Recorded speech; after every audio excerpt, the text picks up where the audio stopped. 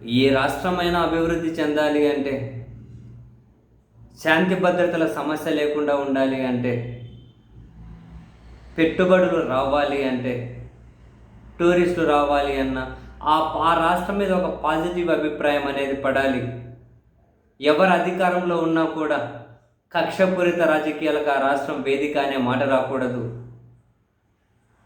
రాజకీయ అనిశ్చితో రాజకీయంగా టార్గెట్స్ ఎక్కువ ఉన్నాయని అభిప్రాయం కలిగితే అటువంటి రాష్ట్రం డెవలప్ చెందినట్లు ఎక్కడ మనం చూడం. Definitely no doubt in that.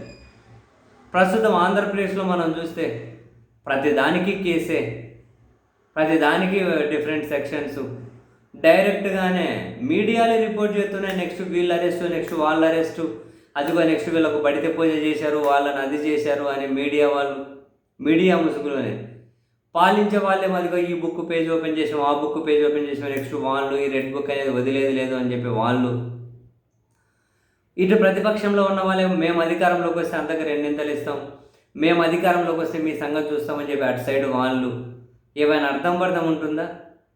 పాలకులేమో డైరెక్ట్గానే కక్షపూరితంగానే అరెస్టులు చేస్తున్నామని చెప్పి డైరెక్ట్గానే చెబుతూ ఉన్నారు. ఆ బుక్ అని ఈ బుక్ అని. ఎవరైనా మీడియా అనబడే వాళ్ళు ఒకరిని అరెస్ట్ చేస్తే వాళ్ళ విషయంలో కస్టడీలోనో పోలీస్ కస్టడీలో ఉన్నప్పుడు వాళ్ళ మీద దురుసుగా ప్రవర్తించకూడదు అని చెప్పి మీడియా అటువైపు వైపు నిలబడాలి. కానీ కర్మ ఏంటంటే, దరిద్రం ఏంటంటే, నీచం ఏంటంటే, ఆంధ్రప్రదేశ్లో మీడియాలేమో బాయ్ లోపల పడితే పూజ, అమ్మా రాజా అని అరిశారు అని చెప్పి హెడ్డింగులు. ఒక ముక్క అర్థం కావట్లేదు నాకు. ఇదా పద్ధతి? ఇటువంటి సిస్టమ్స్, ఇటువంటి మీడియా, ఇటువంటి రాష్ట్రమా? దాడులు, దౌర్జన్యాలు, కక్షలు. మేము అధికారంలో ఉన్నాం, కక్ష తీర్చుకుంటున్నాం. మేము అధికారంలోకి వస్తే మీకు డబల్ కక్ష తీర్చుకుంటాం. ఇవా రాజకీయ నాయకులు మాట్లాడాల్సిన మాటలు? ఇవా ప్రజాప్రతినిధులుగా ఉన్న వాళ్ళు మాట్లాడాల్సిన మాటలు? ఇవా పాలకులుగా ఉన్నవాళ్ళు బహిరంగంగా ఓపెన్గా దాడులు, దౌర్జన్యాలు, కక్షలు, కేసులు, రిమాండ్లు, వీటితో రాష్ట్రం స్వర్గధామం అయిపోతుందిలేండి ఆంధ్రప్రదేశ్. ఇవి పోంగ ముదిరి 5 ఏళ్ళు కాకుండా 10 ఏళ్ళకైనా ప్రభుత్వాలు మారాలి. వీళ్ళు ప్రతి ఒక్కరూ నెక్స్ట్ అధికారంలోకి వస్తే మీకు రెండింతలు ఇస్తామంటున్నారు. వీళ్ళు అధికారంలో ఉన్నప్పుడు వ్యవస్థలను వీళ్ళు వాడుకొని అటు సైడ్ వాళ్ళని వేధించడం, వాళ్ళ అధికారంలోకి వస్తే మేము డబ్బులు వేధిస్తామని చెప్పి వాళ్ళు అటు సైడ్ వాళ్ళు వేధించడం. ఎంతకాలం ఇది? ఎన్ని రోజులు ఇది? అసలు ఆంధ్రప్రదేశ్ ఇటువంటివి ఏంటి? పాలకులకు అధికారం వచ్చేది కక్ష తీర్చుకోవడం కోసమా? ఒక విమర్శను భరించలేరా? లేదు, అసభ్యకరమైన భాషకి తావే ఉండకూడదంటే రెండు వైపుల నుంచి పార్టీలకు అతీతంగా అటువంటివిగా కంట్రోల్ చేయాలి కదా. పార్టీలకు అతీతంగా కంట్రోల్ చేయకుండా మేమేమో ఎల్ భాష దే భాష పడతాం, బూతులు తిడతాం, అమ్మనా బూతులు తిడతాం, పిల్లల్ని తిడతాం, అమ్మని తిడతాం. అటు సైడ్ వాళ్ళు మాత్రం ఒక మాట అన్నా సహించలేమని చెప్తే ఇప్పుడు అధికారం ఉంది ఇలా ఉంటుంది. రేపు అధికారం వస్తే వాళ్ళు అదే ఫిలాసఫీ అమలు చేస్తే ఎక్కడ దీనికి పోలిస్తాం? ఈరోజు సంతోషంగా మద్దతు ఇచ్చేవాళ్ళు రేపు బాధితులు అవుతారు. రేపు బాధితులు అనబడే వాళ్ళు ఎల్లుండి మళ్ళీ సంతోషంగా ఇటువంటి వాటిని ఆహ్వానించుకుంటూ పోతే ఎలాంటి సమాజాన్ని, ఎలాంటి రాష్ట్రాన్ని మనం కోరుకుంటున్నది?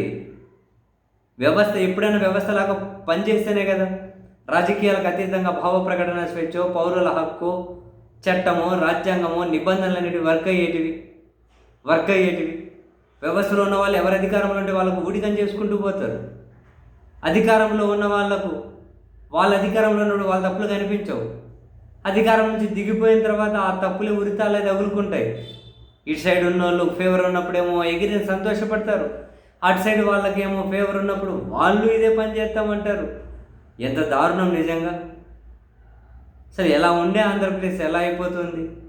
ఎంత విషపూరితమైన మహావృక్షాలను తయారు చేస్తూ ఉన్నారు. అసలు బాధ్యత గల పౌరులు ఇటువంటివన్నీ ఖండించాల్సిన చోట, కక్ష రాజకీయాలను వ్యతిరేకించాల్సిన చోట ఆనందంతో ఎవడో గంతులు ఎత్తున్నాడు. వాడిని చూసి మరికొంతమంది గంతులు ఎత్తు ఉన్నారు. ఇవి భరించలేని వాళ్ళము మేము అధికారం వస్తే 4 ఇంతలు మేము చూసుకుంటామంటారు. అధికారంలో వస్తే చూసుకోవడం ఏంటి? అధికారంలో ఉన్నప్పుడు కక్షలు ఏంటి? ఎంత దారుణమైన పరిస్థితులకి తీసుకెళ్ళిపోతున్నారు. పెట్టుబడులు వస్తాయా? ఒకరికొకరు కక్ష తీర్చుకొని రాజకీయాలు చేసి పాలన చేసేటట్టు పెట్టుబడులు వస్తాయా? ఎట్లా రాష్ట్రం అభివృద్ధి చెందుతుంది?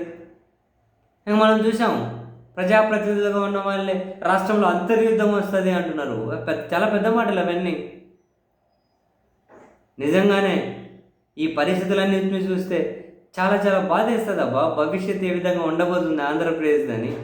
ఒరే నీ పాసుకుల, ఈరోజు సంతోషపడే వాళ్ళు రేపు బాధితులు, ఈరోజు బాధితులు రేపు సంతోషపడుతూ ఉంటారు. ఎక్కడ ఇవన్నీ ఏంటివి ఇవన్నీ?